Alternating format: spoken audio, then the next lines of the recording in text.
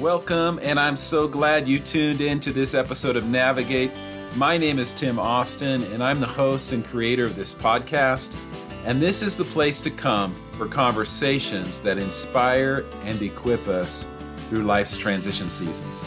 And exploring our callings can be a rich area for discovery and growth when we find ourselves navigating a season of change. And as a coach, I love exploring this area with my clients, and I know that you're going to have some great takeaways from today's conversation with my friend, Chris Heinz. Chris Heinz is a life calling coach who helps people live from purpose, passion, and power. His latest project is building the Life Calling Institute, which helps people from various life stages to explore life calling together. He's a certified real-life process facilitator, Gallup certified strengths coach, certified Enneagram practitioner, and certified professional life coach. Chris is the founder of Chris Heinz Company and chief people officer for Energy Cap, Inc. In addition, he's a top-rated learning partner for Penn State, where he leads programs on strengths and employee engagement.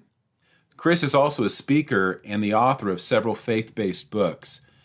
He lives in central Pennsylvania with his wife, 3 kids, and golden retriever, and he likes to buy books and sometimes reads them. So join Chris and I as we have a conversation about life calling. Chris Heinz, welcome to the podcast. So glad you could be with me today. Hey, Tim. Thanks for having me. Yeah, I'm so encouraged that you agreed to come on here and talk about what I think is a very important topic, and I know that you're passionate about it as well. Life calling, and this podcast has been a lot about transition, and we've talked a little bit about life calling and purpose and all of that. But I think it's going to be interesting today to see how these two areas of calling and transition, the interplay between them. Yeah, I think so too. I think that in times of transition, if you have a sense of calling, it can be a sort of solidifying force. And yet, while in life calling, pursuing that, we're often called into transition.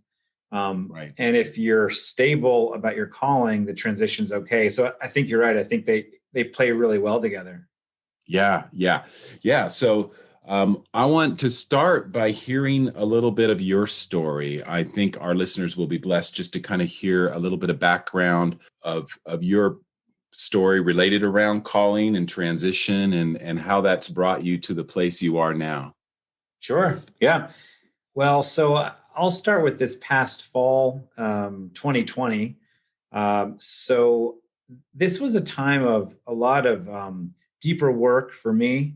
I became aware that maybe I was living under some false beliefs, that were limiting me in terms of how I lived my life and the work I did.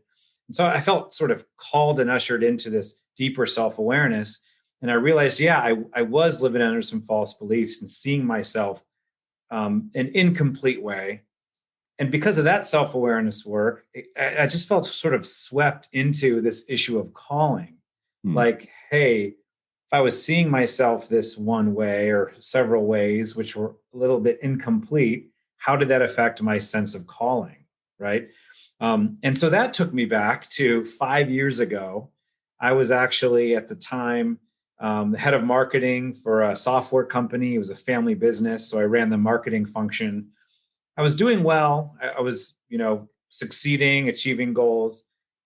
But I just didn't feel satisfied. I was actually looking toward turning 40. And it just was kind of like, if I'm going to keep doing marketing for the rest of my life, I'm going to feel regret. Right. And so it was this discontentment that kind of led me into this discovery process 5 years ago. And I decided I need to sort of draw a line in the sand and make this stage of my life known. And my dad was my boss. And I just concluded I can't keep doing this anymore. And so I remember I was really nervous. My dad's a loving guy, but I was really nervous. I didn't want to disappoint him. I didn't know what my future was going to hold. But I actually wrote a letter because I wanted to get my thoughts down correctly. And we had breakfast. I sort of shared this letter with him. And I said, I can't keep doing this anymore. I was made for more. I really want to pursue my calling. And I began to share with him what I thought my calling was. And we concluded, there's probably not a way to do this within the company. So let's look for something outside. So I thought I was going to have to leave. But thankfully, the head of human resources at our company, he let us know he was leaving. And so I was able to slide into that seat because my calling was to help develop people, give them a better sense of themselves, better self-awareness, and so forth. So it felt like this new role was exactly in line with what I wanted to do, where it would feel like not regret anymore, but actually a lot of purpose and passion. And so as I look back now from 5 years ago, I can trace back a lot of intentional steps I took to discover and explore calling, which is really why I'm doing what I am today, which is coaching people, doing human resources, helping people grow through workshops and training programs and so forth, all because I followed that leader of discontentment. Okay. Yeah. So, and you just mentioned you as you reflect back, you took some intentional steps. So we're going to talk about some of those practical, intentional steps that someone could take when it comes to pursuing life purpose and calling, discovery. How do you enter into that discovery process and engage with that? But so far, what I've heard from you is that there is a period of discontent or something disrupts us and catapults us into a transition or leads us on a path of discovery and a process of discovery. And what's cool about your story is that happened and you began to have intentional conversations around that. And lo and behold, God had some things lined up for you that, related to your work, related to your company, that was a good fit for this new thing that he was calling you into. So I love the fact that obviously we say, God sees all that and knows all that, but it's so cool to see how God leads us through these times, and we're not aware of it at first, maybe, but then we realize he's lining things up. He has this, but he wants us to engage with that process for various reasons. Yeah, Tim, that's a great point you make. It's that, you don't have a calling unless there's a caller. So this great book called The Call by Os Guinness, he makes that point really clear. That we have a calling because we have a caller. And so calling is really inherently relational. And it's the context really through which our lives are played out before the Lord. And so you're right, that was deeply comforting because I felt like I was not making this move on my own. I really felt called into it by God himself. And even though it was a little scary and unknown, I really felt like he had my hand, that he was right there with me. And so my job was just to follow faithfully. Yeah, that's good. There is some confusion, I think, in some circles around calling, depending on what our background, our history is, what we've been brought up to understand about calling or not, any exposure to this. This could be very new to our listeners, but what are some other languages or other words that we might use for calling?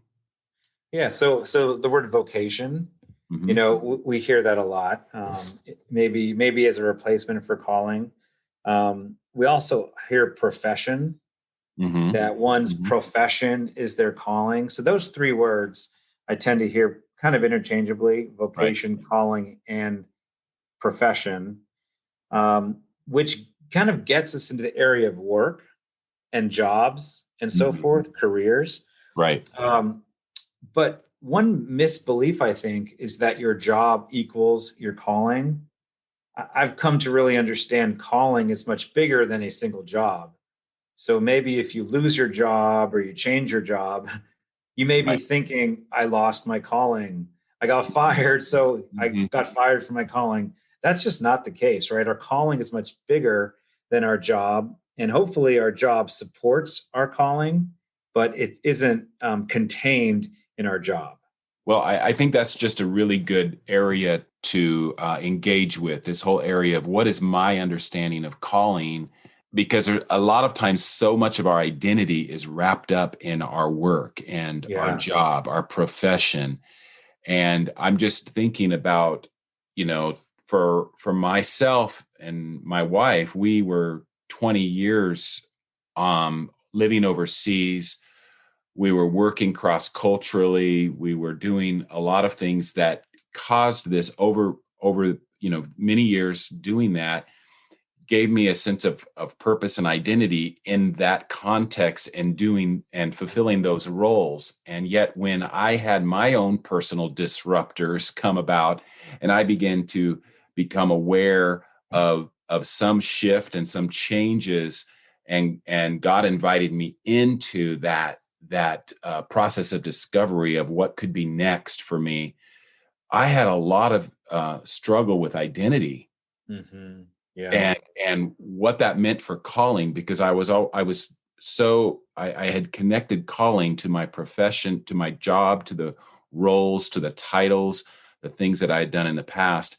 And so there was kind of a pretty uncomfortable season of stripping some of that away so that I could gain this new broader perspective of what calling is. That's And interesting. and so expressions, so calling, just I feel like our call can remain the same, because calling, like you said, is based on relationship, but expressions of that call change and shift through our lifetime, or they can. I don't know, how did that play out for you? Yeah. Well, I think that if I look at my life and work as a whole, I could see this calling to help people grow into more of themselves and to Mm. serve God. I Yeah. can see that operating a lot in my personal life and sort of nonprofits I was involved in, but not able to do that at work. Well, not able to do that in my primary role. I was still a company chaplain, actually, alongside of doing marketing. And so you could say that I was involved in the people work at my company. It just wasn't what I was being paid for, right? Mhm. So you can see this calling toward working with people, helping them grow in my life and work. I just had shifted it and sort of made it my pay job when I shifted away from marketing into human resources and coaching. So that calling was there, and I was walking it out in a measure. Um, and so I think that's sort of how it works, right? Is we if we can't find a way to live out calling in our paid job, we are going to want to find a way to live that calling out elsewhere. And it depends on what type of life we want to create. Our calling's given to us, but we want to create a life to support it. Good. Um, and so that calling was given to me to help people grow. I was for a while okay with doing it on the side, doing it in little ways. But I really hit a point 5 years ago when I said, the life I want to create now to support my calling would include doing this sort of full time, not Mhm. just kind of picking here and there. Right. Yeah. Yeah, that makes sense. The transitions can be really purposeful seasons to engage in life calling and life calling discovery. But transitions are also, as you know, big disruptors. Mhm. And I think I would guess that a lot of our listeners who are tuning in have experienced disruptors, are possibly experiencing some big disruptors. I mean, we have the whole this past year with the Yeah. pandemic and everything, and lots of forced transitions as well. Um, just a lot of disruptors. And so, as I think of my relationship with God, I don't feel like He causes all of these. He's the root cause of all the disruptors in my life. There's a lot of other things happening here, but He does want to engage with me. He wants to relate to me in that disruptive period of my life, in that disruptive season of my life, and make it purposeful and to help me see the purpose behind the disruption. So, and so when we come to scripture, we often, see these big transition moments and disruptors. I think of Moses and the burning bush. So those moments are rare, like those big, Yeah. disruptors in our lives, those kinds of awe-inspiring moments of deep revelation. But what are some clues that we should be looking for? Some signs that God may be inviting us into a season of discovery, life calling discovery. Yeah. Well, like we said earlier, I mean, discontentment, being unfulfilled, dissatisfied, Mm-hmm. that can be a really powerful clue that Yeah. something's different, something's changing. Yeah. So I wouldn't just discount that piece. Yeah. But I think that God is always calling us into truth about himself, truth about ourselves. And so when we feel called into greater truth, authenticity, awareness, I think that's often a sign that a transition is coming, that he's preparing us for something different. That certainly happened with me this past fall. I think that happened to me 5 years ago, right? I think you actually see this in the life of Christ, where he was shifting into public ministry, being baptized by John the Baptist. And what happened? God spoke and blessed and said, "This is my son whom I love, and whom I'm well pleased." That was a very significant truth-telling moment, which then really kicked off his public ministry. The first scripture he reads, in a temple is about him anointed, to do all these exploits for the kingdom. That was a moment of truth about who he was. And so you want to pay attention to when God is speaking truth to you in a new way. Maybe you see yourself in a new way, because I think that is a powerful moment when he may be signaling transition coming. Good. What I also found was that I wanted deeper awareness about myself. And so this is where I went inward and said, what do I know to be true? Who am I? Why am I here? Where am I going? That helped me hold on to some foundational truths while maybe the ground felt like it was shaking. Okay. Yeah. But I was able to hold on to some foundational things, keeping in mind calling is inherently relational. And so I cannot answer who am I without hearing what God says about me. I can't answer why am I here without listening to God on why I'm here. And I can't answer where am I going if God doesn't show me something about where he's taking me. Mm-hmm. And so it is inherently relational, both vertically with him, but also back inwardly with me. And so transition can actually be a deepening in our relationship with the Lord if we walk it with him. That's good. Yeah. So what were some tools or resources or exercises that you entered into that were particularly helpful in this area of self-awareness? Yeah. And I hear you saying that God speaks into, with his truth into our lives. So moments of discovery with God, but also this other path of self-discovery. What were some things that were particularly helpful for you in that area? Yeah, well, passion. I paid attention to, when have I felt really alive? Yeah. If I didn't get paid for this, what would I want to do willingly? Yeah. When have been my moments of if I could do this forever, I would keep doing it. Those types of moments. So passion, I think, is really important to listen to. I think my abilities, so my strengths, my skills, my knowledge, what am I good at? What resources do I have at my disposal to do work and to sort of perform and succeed? So paying attention to my abilities was important. So I took an assessment like Clifton Strengths or the Strengths Finder assessment that helps identify your top talents. That was good. Assessments like the Enneagram can help you also understand yourself at a deeper level and what you sort of do really well naturally and how you're motivated. So that tool is really good. So passions, number one, abilities, number two. I also asked myself the question of purpose. Mm, Why do I think I'm here? good. Why do I think God put me here on the earth? If I wasn't here doing this one thing and the world was missing it, what would that one thing be? That's good. So Yeah. the question of purpose was really, really important to answer. And what I also did was I looked around and said, what needs have I stepped in to fill that I felt kind of like specially equipped to fill?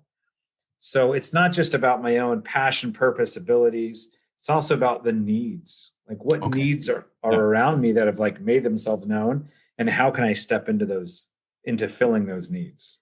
That's good. As I hear you talking, I also thought about just the people, the type of people I'm drawn to, that I'm naturally drawn to, Mm-hmm. and I'm gifted or passionate about serving or meeting a particular need. So one of the things I like to explore with when I coach with people is who is that, we might call them, who is my audience, who are the people I'm especially drawn to. And I would just love to do more of and work more in that space and serve more in that space. You mentioned purpose and passion, and I think that goes along with values too, like Mm-hmm. uh, Yeah. rediscovering or like rediscovering what's important and why. I think that's a huge area of life calling discovery. At least it was for me. I went for a long season, years doing, I mean, the mission field. I served in a lot of different capacities and a lot of different roles. So it wasn't like I was always doing the same thing, but but in the, just the broad picture of being a missionary for all those years, that was I kind of lost touch with the deeper core values, that I need to either be reminded of, or maybe some of those values had shifted. What was important was beginning to shift, and I needed to engage with that process. So yeah, life, core values and what's important, and asking the why behind that is a key ingredient to life calling discovery. I would say personally from my Yeah, no, I my totally agree with that.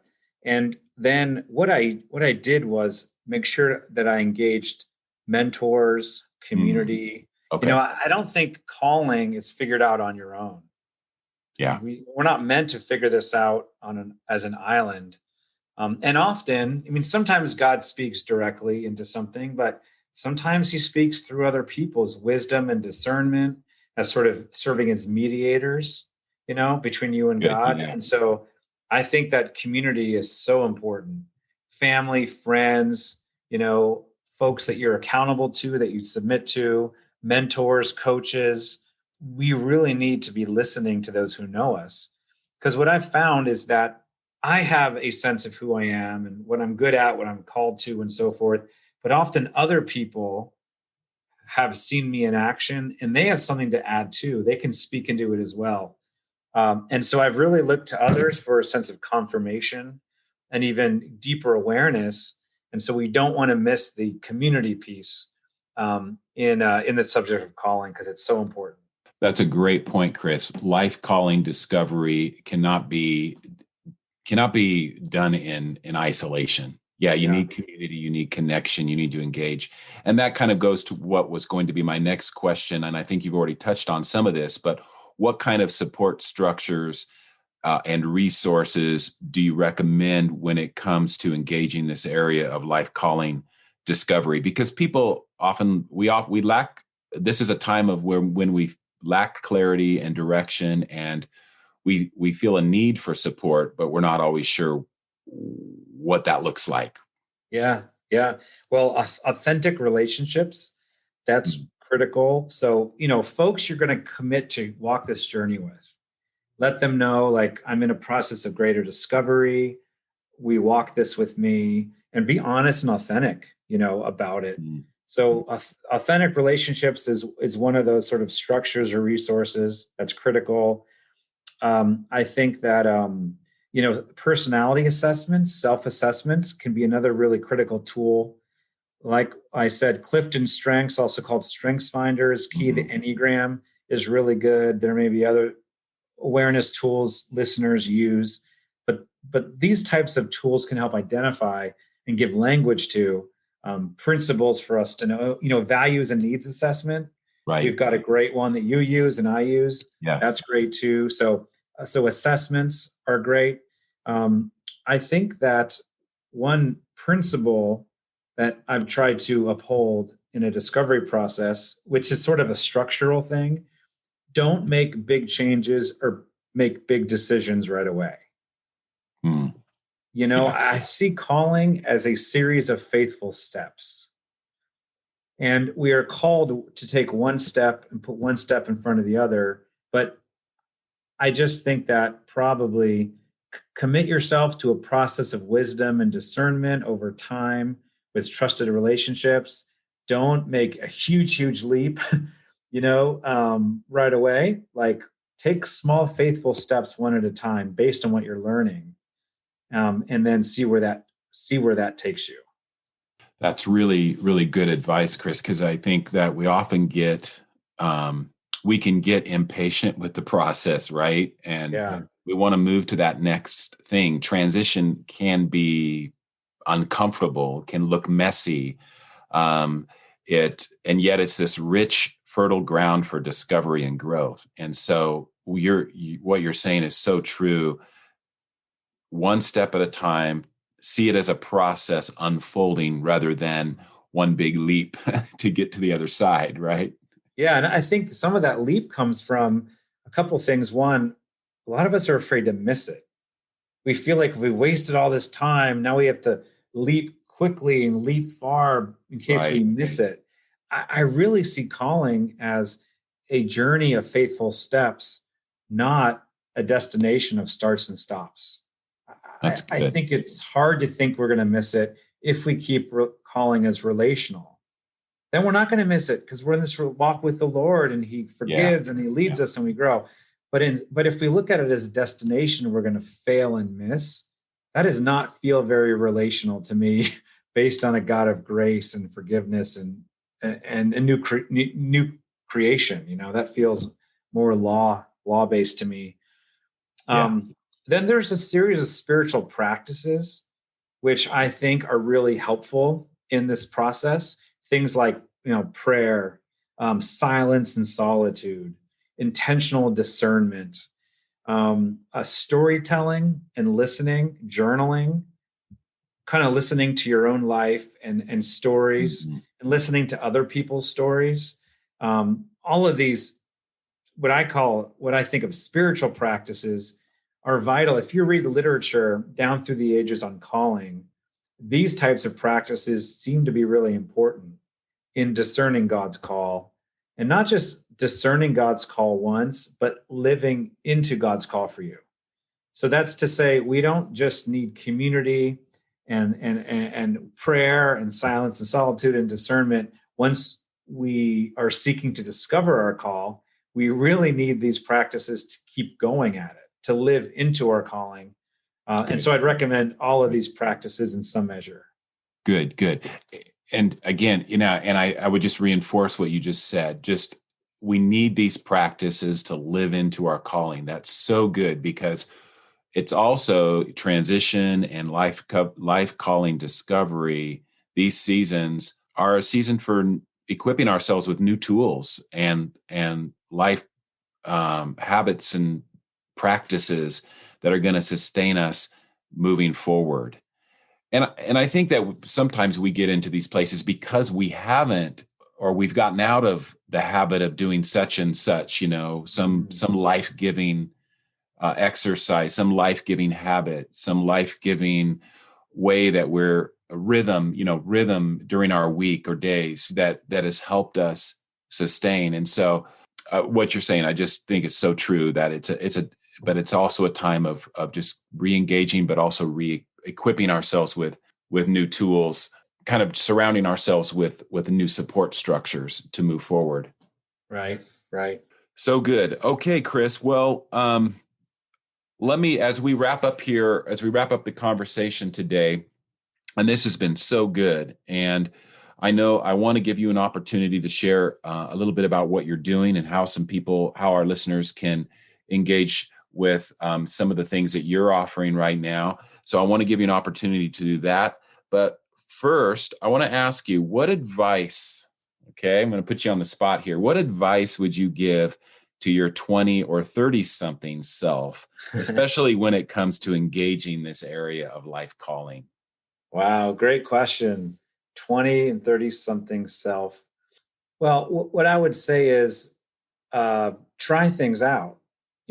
Don't worry about getting off track too much. I think that I tend to stick to the road I'm on, and I'm a little afraid of trying things out, see if this works, what this works.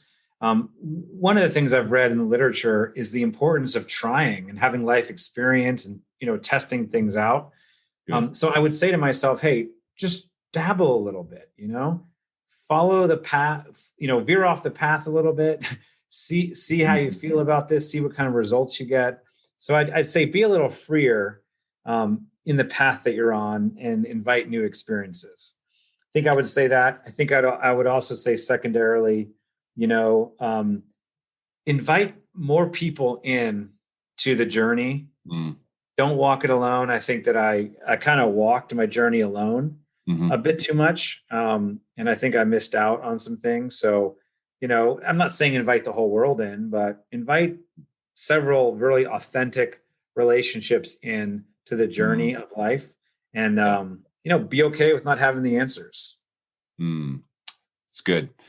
Great words of wisdom as we wrap up our time today. And I want to just give you an opportunity, Chris, to just share how can our listeners engage with what you're doing right now, whether it's in this area of life calling or any other area of support that you offer. How can they find you? How can they connect with you? Great. Thanks, Tim. Well, this has been a real joy to be with you. Listeners, if you're feeling like you're resonating with what we're talking about here, I'd invite you to go to chrisheinz.com. That's Heinz like the ketchup. So chrisheinz.com/institute. And so what we're launching this year, we're building it up slowly, step by step. It's called the Life Calling Institute. This is a place for people from different life stages to come together to explore the topic of life calling. All right, so we're going to look at these sort of 7 core subject areas of purpose, passion, identity, beliefs, the world's needs, values, and one more that I can't remember, but 7 areas of calling. And we are doing this through 3 deliverables. We're going to do a monthly webinar covering a different topic of calling. We're going to do a monthly community call where we're really engaging and interacting around these topics. And third, we have a private social network where we can interact and engage around these topics as well. It's really exciting to see folks from all different countries come on board, stages of life, to really intentionally explore this Life Calling Institute. And we are coming around this definition of calling as this. Calling is supernatural purpose that brings good to the world, creates personal meaning and joy, and utilizes innate and grown abilities. So that's the core definition that we're operating under. And so if that definition excites you, supernatural purpose, if any of these topics I talked about today with Tim excite you, love you to go to the Institute. It's totally free in 2021. We just want to start helping people and get the word out. And so do sign up if this interests you. chrisheinz.com/institute is where you can sign up and receive any of this value. Like I said, totally free. If you would want to do a little extra around this topic, I do coaching, life calling coaching with folks. I can also coach around strengths and Enneagram as a certified coach around those topics, because self-awareness is really critical in this topic of calling. I love what's happening with people already. Folks are thinking differently, engaging one another, engaging the Lord. It's really exciting. And so again, go to chrisheinz.com/institute. You can see all we have to offer there. Thanks, Chris. Hey, this has been a great conversation today. We'll have to do it again soon. Yes. In the meantime, looking forward to tracking with you and all the things that you're doing to support people in this whole discovery process. So thanks again for joining me today, Chris. Thanks, Tim. I loved being here. We'll talk again. God bless you. And goodbye, listeners. Bye, Chris.